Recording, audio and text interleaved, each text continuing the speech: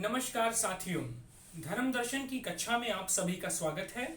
पिछली दो कक्षाओं में हम धर्म एवं रिलीजन के बीच का अंतर बड़े विस्तार से देख चुके हैं और धर्म शास्त्र एवं धर्म दर्शन के अंतर को भी समझ चुके हैं।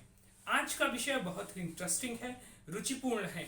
आज हम ऐसे दो संकल्पनाओं को लेने जा रहे हैं जिसने मानव जीवन के साथ साथ पर्यावरण को, समाज को और मानवेतर जगत को भी प्रभावित किया है। पहली संकल्पना है धर्म की, रिलीजन की, और दूसरी संकल्पना है विज्ञान की। 21वीं शताब्दी का युग विज्ञान का युग कहा जाता है। वैज्ञानिक मनोवृत्ति को हमारे मूल कर्तव्यों में भी जोड़ा गया है।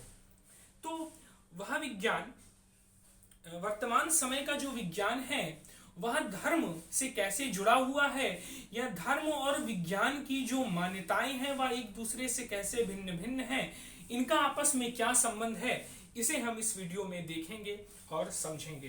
तो आइए प्रारंभ करते हैं। धर्म और विज्ञान। आइंस्टीन, महान दार्शनिक अल्बर्ट आइंस्टीन कहते हैं कि साइंस विदाउट रिलीजन इज लेम, यानी कि विज्ञान बिना धर्म के लंगड़ा होता है। And religion without science is blind, और धर्म बिना विज्ञान के अंधा होता है। अर्थात जब जो धार्मिक मान्यताएं हैं इन्हें वैज्ञानिक दृष्टिकोण से ना समझा जाए तो धर्म हमें कहीं नहीं पहुंचा पाएगा। जिस प्रकार एक अंधा व्यक्ति ज्यादा दूर तक नहीं चल सकता बिना किसी मदद के, और उसी प्रकार साइंस से यदि रिलीजन को हटा दिया जाए तो वह लंगड़ा बन जाएगा। अर्थात विज्ञान यदि मूल्य परक नहीं होगा, आदर्श परक नहीं होगा, तो हिरोशिमा और नागासाकी तो होगा ही। यानी कि परमाणु ऊर्जा का उपयोग हम मानव जाति के कल्याण के लिए ना करके बिजली का उत्पादन नहीं करेंगे बल्कि विनाश के लिए कर देंगे। इसीलिए आइंस्टीन को कहना पड़ा कि science without religion is lame and religion without science is blind. धर्म और विज्ञान के विषय में महान दार्शनिकों ने अन्य टिप्पणी भी की है। तो धर्म एवं विज्ञान के बीच के अंतर को समझने से पहले आइए रिचर्ड फेमैन के लेख द वैल्यू ऑफ साइंस को जरा देखते हैं कि उन्होंने क्या कहा। उन्होंने कहा कि जो वैज्ञानिक होता है, जो विज्ञान को मानने वाला होता है, वो अपने जीवन काल में कई अवस्थाओं से होकर गुजरता है। पहली अवस्था होती है अज्ञानता की। जब वो समस्या का उत्तर नहीं ढूंढ पाता है, वो प्रयोग करता है, निरीक्षण करता है, परीक्षण करता है, लेकिन उसे चीजें स्पष्ट नहीं होती, उसके सामने अभी एक नया नया ताजा ताजा प्रश्न सम्मुख खड़ा होता है, तो वो अज्ञानता की स्थिति होती है। फिर वो जब प्रयोग करता है, निरीक्षण करता है, परीक्षण करता है, तो किसी परिणाम की ओर बढ़ने लगता है। उसे लगता है कि हम परिणाम की ओर बढ़ रहे हैं, तो वो अनिश्चितता की स्थिति होती है। और फिर अनिश्चितता की स्थिति से जब उसे परिणाम प्राप्त हो जाता है, फिर भी वो संशयात्मकता की स्थिति में होता है। आइए दोस्तों बात करते हैं गॉड पार्टिकल की। इस विश्व की उत्पत्ति कैसे हुई? सांख्य दर्शन ने हमें विकासवाद के माध्यम से समझा दिया, लेकिन फिर भी यूरोप में हजारों करोड़ों रुपए की लैबोरेटरी जब बनाई गई और प्रयोग करके गॉड पार्टिकल को खोजा गया, तो गॉड पार्टिकल जब नहीं पता था तो वो अज्ञानता की स्थिति थी कि भाई विश्व की उत्पत्ति कैसे हुई। फिर जब हम परिणाम की ओर बढ़ने लगे, प्रयोग परीक्षण निरीक्षण होने लगे, सैकड़ों वैज्ञानिक आए, तो एक अनिश्चितता की स्थिति आई। फिर हमें परिणाम मिला जब कि भाई ये तो गॉड पार्टिकल की वजह से हुआ था, हिग्स बोसोन कण की वजह से हुआ था। फिर भी आज भी संशय बना हुआ है। आज हमारे पास बिग बैंग थ्योरी है, लेकिन फिर भी संशय बना हुआ है। ये विज्ञान के विषय में रिचर्ड फेमैन कहते हैं। आइए अब हम लोग धर्म और विज्ञान के बीच के मूलभूत अंतर को समझने का प्रयास करते हैं। तो यदि हम धर्म को देखें तो धर्म की जो पद्धति होती है वो अपरोक्षानुभूति पर आधारित होती है, वो कर्मकांड व विश्वास पर आधारित होती है। वो ऐसे सत्यों का पता लगाता है जो ज्ञानेंद्रियों के भी परे हो। चक्षु रसना घ्राण तक श्रोत के परे भी कोई ज्ञान है तो हमारा धर्म हमें बताता है, धार्मिक ज्ञान हमें बताता है। लेकिन विज्ञान की बात करें तो विज्ञान की पद्धति तो निरीक्षण एवं प्रयोग पर आधारित होती है, अर्थात ये ज्ञानेंद्रियों पर अवलंबित होती है। अर्थात मैं अपनी आंखों से क्या देखता हूँ, अपने नाक से क्या सूंघता हूँ, अपने कानों से क्या सुनता हूँ, अपने त्वचा से क्या स्पर्श करता हूँ, उसके आधार पे जो निरीक्षण उपयोग करता हूँ, उसके माध्यम से विज्ञान हमें ज्ञान प्रदान करता है। तो पहला अंतर यह है। दूसरा अंतर देखते हैं, जो धर्म का ज्ञान होता है, जो धार्मिक ज्ञान होता है, वो संश्लेषणात्मक ज्ञान होता है। संश्लेषणात्मक ज्ञान इसलिए क्योंकि वह अंतः प्रज्ञा से मिलता है, वह मन एवं बुद्धि से नहीं मिलता है। मन एवं बुद्धि उसके मुख्य साधन नहीं होते। लेकिन जब विज्ञान की बात करें तो यह विश्लेषणात्मक होता है। मन एवं बुद्धि इसके मुख्य सहायक होते हैं, क्योंकि बुद्धि के द्वारा ही तो हम विभिन्न प्रकार के तथ्यों का मिश्रण करते हैं और कुछ ज्ञान निकालते हैं।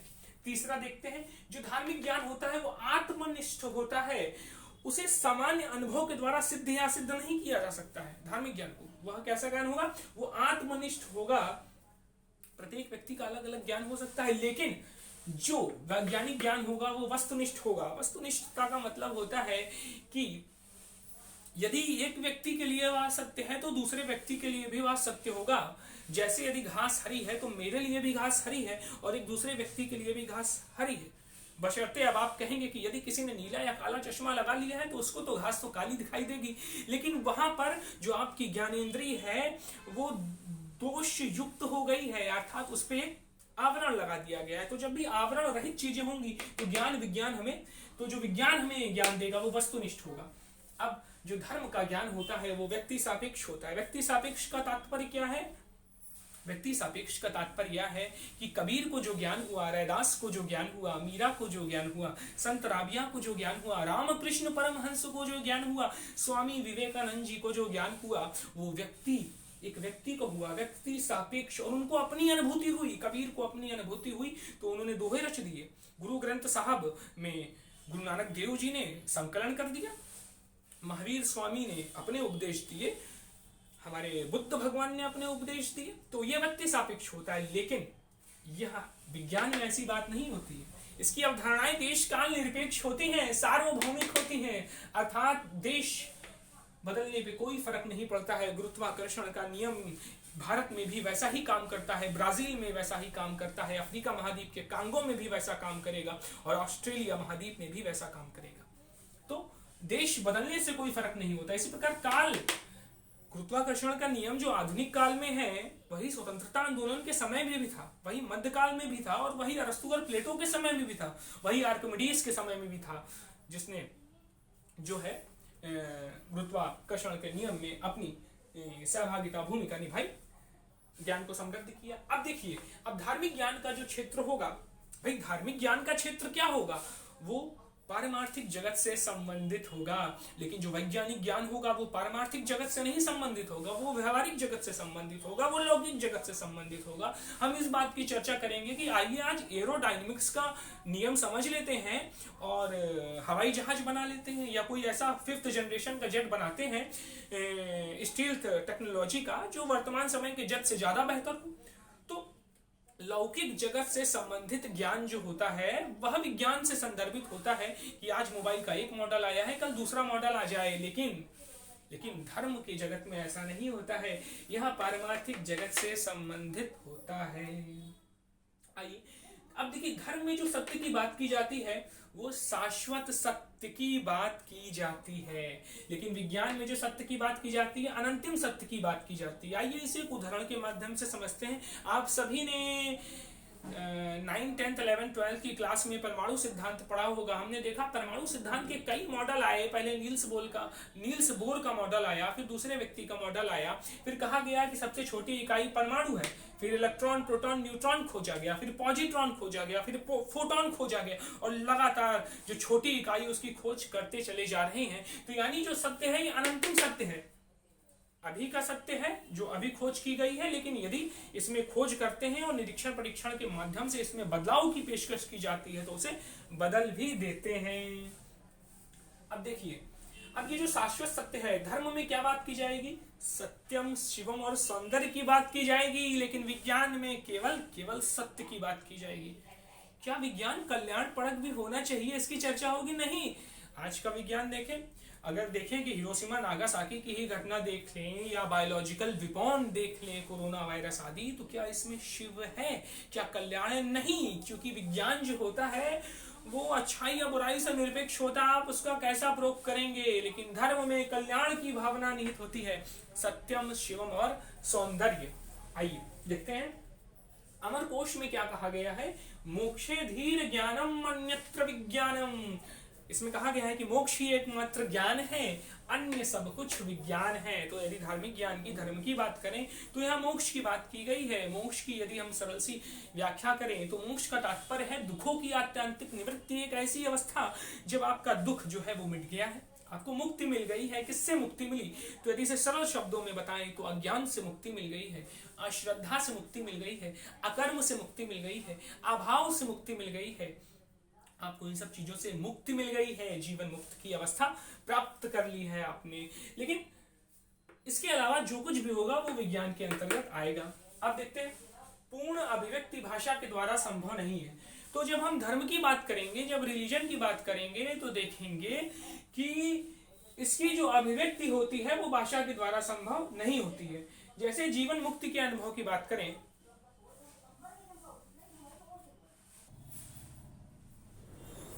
तो यदि हम पुनः आते हैं, यदि हम धर्म की बात करें तो धर्म की पूर्ण अभिव्यक्ति भाषा के द्वारा संभव नहीं होती है। यदि हम किसी जीवन मुक्त पुरुष से पूछें तो क्या जीवन मुक्त पुरुष अपना हूबहू अनुभव को बता सकता है? क्या बुद्ध बता सकते हैं कि जीवन मुक्ति के बाद उन्हें कैसा लग रहा है? क्या महावीर स्वामी बता सकते हैं? क्या हजरत मूसा बता सकते हैं? क्या पैगंबर मोहम्मद बता सकते हैं? क्या ईसा मसीह बता सकते हैं? तो नहीं, भाषा के माध्यम से धार्मिक ज्ञान की अभिव्यक्ति, जीवन मुक्ति की अभिव्यक्ति नहीं की जा सकती है, लेकिन विज्ञान की अभिव्यक्ति की जा सकती है। क्योंकि वैज्ञानिक ज्ञान जो होता है वो भाषाई होता है, वो संप्रत्यात्मक होता है, वो बुद्धि के माध्यम से समझा जा सकता है, वाणी के माध्यम से अभिव्यक्त किया जा सकता है। इसलिए भाषा के द्वारा इसकी अभिव्यक्ति संभव है। इसीलिए हम देखेंगे कि जो भौतिक विज्ञान का ज्ञान है उसे हम किताबों में लिख देते हैं और कोई भी व्यक्ति पढ़ के उसे समझ सकता है। एच.सी. वर्मा जो भौतिक विज्ञान के प्रोफेसर है, तो उनको जो पता है वो किताब में लिख देंगे तो वो हम भी जान जाएंगे। कोई वैज्ञानिक जो है अपना रिसर्च पेपर लिखेगा, हम भी उसका यदि परीक्षण करेंगे तो हम जान जाएंगे। रसायन विज्ञान का यदि कोई भी बताता है तो ये दो रसायन है, इसकी अभिक्रिया कीजिए और अभिक्रिया से यह बनेगा, तो हम भी उसे परीक्षण करके देख सकते हैं। इसी प्रकार बायोलॉजी में भी है, बॉटनी में भी है। अब देखिए धार्मिक ज्ञान की क्या प्रवृत्ति होती है। गीता में बड़ा ही सुंदर कहा गया है 4थे अध्याय के 39वें श्लोक में कि ज्ञानम लब्ध्वा पराम शांति चिरेणाधिगच्छति, ज्ञानम लब्ध्वा पराम शांतिम चिरेणाधिगच्छति। यानी कि जो धार्मिक ज्ञान होता है उससे शांति की प्राप्ति होती है, हमारी वो आंतरिक उन्नति में भी सहायक होता है। लेकिन क्या विज्ञान ने हमें शांति प्रदान की है?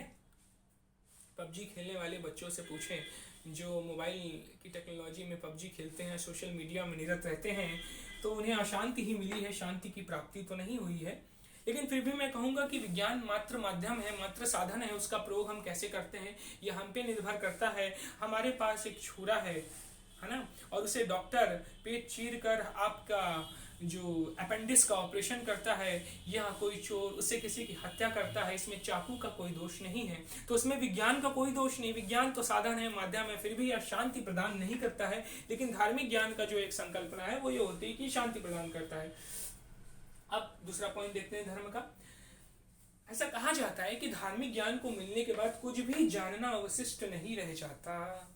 धार्मिक ज्ञान की जब प्राप्ति होती है तो कुछ भी जानना अवशिष्ट नहीं रह जाता है।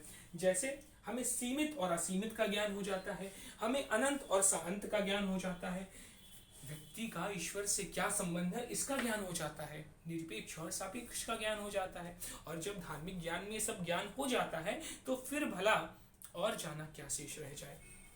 लेकिन विज्ञान में ऐसा नहीं है। विज्ञान में बहुत कुछ जानना अवशिष्ट रह जाता है।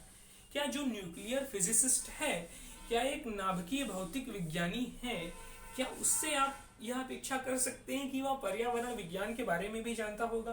क्या वो बायोकेमिस्ट्री के बारे में भी जानता होगा, या वो स्पेस टेक्नोलॉजी के बारे में भी जानता होगा? तो विज्ञान में ऐसा नहीं होता। लेकिन धार्मिक ज्ञान को प्राप्त करने वाला व्यक्ति ईश्वर, आत्मा, जगत सबके विषय में जान जाता है। अब देखिए, जब धार्मिक ज्ञान की प्राप्ति होती है, जब धर्म के वास्तविक अर्थों की प्राप्ति होती है, तो जिज्ञासाओं का अंत हो जाता है। पहले व्यक्ति तो बहुत जिज्ञासा करता है सभी विषयों के बारे में, भौतिक विषयों के बारे में, आध्यात्मिक विषयों के बारे में, लेकिन ज्ञान मिलने के बाद उसकी जिज्ञासाएं शांत हो जाती हैं। लेकिन विज्ञान के साथ ऐसा नहीं होता।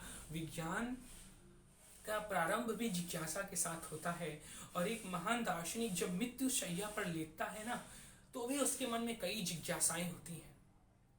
चाहे वह अल्बर्ट आइंस्टीन हो, जगदीश चंद्र बसु हो, सत्येंद्र नाथ बोस हो, तो जिज्ञासाओं का प्रारंभ ही विज्ञान से होता है। बिना जिज्ञासा के, बिना चिंतन के, बिना प्रश्न से विज्ञान तो ठहर सा जाता है। और वैज्ञानिक ज्ञान कभी भी पूर्णता को प्राप्त नहीं करता है। आपको पता है कि लगता है कि विज्ञान ने बहुत खोजे कि बहुत कुछ प्राप्त किया, लेकिन जब हम आधुनिक संदर्भ में देखेंगे तो हमें पता लगेगा कि सिर्फ 10% ब्रह्मांड ही हमने जाना है। 90% अभी भी डार्क मैटर है, ब्लैक मैटर है। हमें नहीं पता कि 90% में क्या हो रहा है या ब्रह्मांड कैसे गति करता है। तो विज्ञान में जिज्ञासाओं का अंत नहीं होता, जिज्ञासाओं का प्रारंभ ही होता है। अब यदि धर्म की परिभाषा देखी जाए, रिलीजन की परिभाषा देखी जाए, तो पिछले वीडियो में हमने देखा है, लेकिन फिर भी यदि इसे संक्षिप्त में बताया जाए कि भाई धर्म में, रिलीजन में एक अलौकिक सत्ता होती है जो कि रहस्यमयी होती है, गुह्य होती है। पैगंबर उसके संदेशों को बताता है, धर्म ग्रंथों में लिपिबद्ध करता है, कुछ कर्म कांडों को उनके अनुयायी जो होते हैं वो फॉलो करते हैं। इसके अलावा वे धार्मिक संगठन बनाते हैं और उनकी इन सब चीज़ों में अटूट आस्था होती है। ये रिलीजन की, सेमेटिक रिलीजन की विशेषताएं होती हैं, इसकी परिभाषा। लेकिन जब हम विज्ञान की बात करेंगे तो विज्ञान का तात्पर्य क्या है? विशेषीकृत ज्ञान। विशेषीकृत ज्ञान, इसीलिए हम देखेंगे कि भौतिक विज्ञान में भौतिक परमाणुओं का अध्ययन किया जाता है। जब हम रसायन विज्ञान कहते हैं तो रासायनिक अभिक्रियाओं का अध्ययन किया जाता है, विशेषीकृत ज्ञान होता है। लेकिन ये विशेषीकृत ज्ञान कैसे होगा? ये क्रमबद्ध होगा, ये सुव्यवस्थित होगा, ये कारण कार्य नियम पर आधारित होगा, ये अवलोकन, अध्ययन व प्रयोग पर आधारित होगा। तो इसे हम विज्ञान कहते हैं। तो हमने रिलीजन, धर्म के संदर्भ में देख लिया कि इसकी परिभाषा क्या है, और हमने विज्ञान के संदर्भ में देख लिया। अब आइए, इलाहाबाद विश्वविद्यालय के बहुत ही महान प्रोफेसर संगम लाल पांडे जी ने, इलाहाबाद विश्वविद्यालय के 4 प्रोफेसर पीएस बरेल, आर.डी.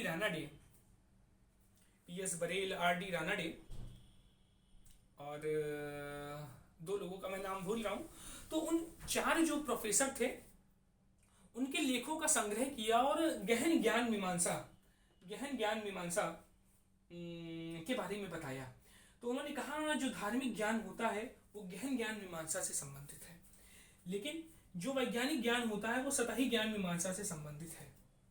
ये सतही ज्ञान मीमांसा जो होती है लगातार बदलती रहती है और देश काल के सापेक्ष, जैसे कि हमने इसे अनंतिम सत्य माना है। लेकिन ये जो गहन ज्ञान मीमांसा है, धार्मिक ज्ञान, ये नहीं बदलता है, ये आदिम काल से वैसा का ही वैसा चला आ रहा है। उसकी अनुभूति कैसे होती है अलग विषय है।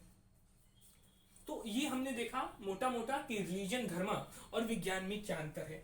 आइए एक अंतर और देखते हैं। ज्ञान को 3 प्रकार का वैसे माना गया है। एक अंधविश्वास माना गया है जो बाद में ज्ञान की कोटि से हट जाता है क्योंकि यह तर्क और बौद्धिकता पर आधारित नहीं होता। दूसरा वैज्ञानिक ज्ञान होता है और वैज्ञानिक ज्ञान से भी आगे एक धार्मिक या आध्यात्मिक ज्ञान होता है। दोस्तों आइए एक अन्य तथ्य के बारे में बात करते हैं। हम पूर्व मान्यताओं का संदर्भ लेते हैं कि पूर्व मान्यता, तो आपको क्या पता है कि पूर्व मान्यता केवल धर्म में नहीं होती है बल्कि वह गणित में भी होती है, वह विज्ञान में भी होती है। आइए कैसे होती है इसे देखते हैं।